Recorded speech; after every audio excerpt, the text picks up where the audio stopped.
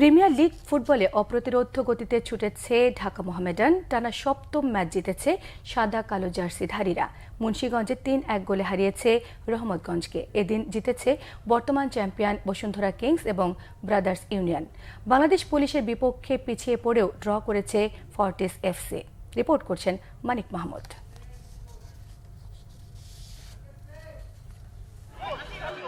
Premier লিগের এবারের মৌসুমে সেরা হওয়ার লক্ষ্য নিয়ে যাত্রা শুরু করে ঢাকা মোহামেডান। সে লক্ষ্যে এখন পর্যন্ত আধিপত্য ধরে রেখে দাপটের সাথেই খেলে চলেছে দেশের ঐতিহ্যবাহী ও অন্যতম জনপ্রিয় দল। গত কয়েক বছরের জীর্ণদশা কাটিয়ে নতুন উদ্যমে নৈপুণ্যে আলো ছড়াচ্ছে মতিঝিলের জায়ান্টরা। সাদা কালো জার্সিধারীদের নান্দনিক ফুটবলে দর্শক সমর্থকরাও পাচ্ছেন আনন্দের নির্যাস। যদিও ফেডারেশন কাপে এবছরটা হতাশা দিয়ে গিয়েছে গতবারের রানার্স আপ মোহামেডানের। গ্রুপ পর্বেই নিয়েছে বিদায়। তবে প্রিমিয়ার লিগে দুরন্ত গতিতে উঠছে তারা। ফেড কাপে পুরনো ঢাকার ক্লাব রহমতগঞ্জের কাছে হেরেছিল কোচ আলফাজ আহমেদের দল। লিগ ম্যাচে সেই হারের মধুর প্রতিশোধ নেয় মোহামেডান। মুন্সিগঞ্জে প্রথমার্ধ শেষ হওয়ার আগেই লিড নেয় তারা। কাউন্টার অ্যাটাক থেকে রাজু বল জড়ান প্রতিপক্ষের জালে। ম্যাচে ফিরতে পেনাল্টি সুযোগ পেলেও মোহামেডান গোলরক্ষক সুজনের দক্ষতায় ব্যর্থ হয় রহমতগঞ্জ। বিরতির পর অধিনায়ক সুলেমান দিয়াবাতে ব্যবধান দ্বিগুণ করেন লিগ লিডারদের।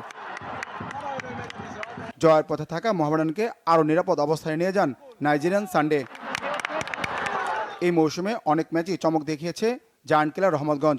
তবে এ ম্যাচে খুব একটা প্রতিরোধ করতে পারেনি তারা। ঘানায়ান ফুটবলার স্যামুয়েল বোয়েটাং একটি গোল শোধ করে পরাজয়ের ব্যবধান কমান।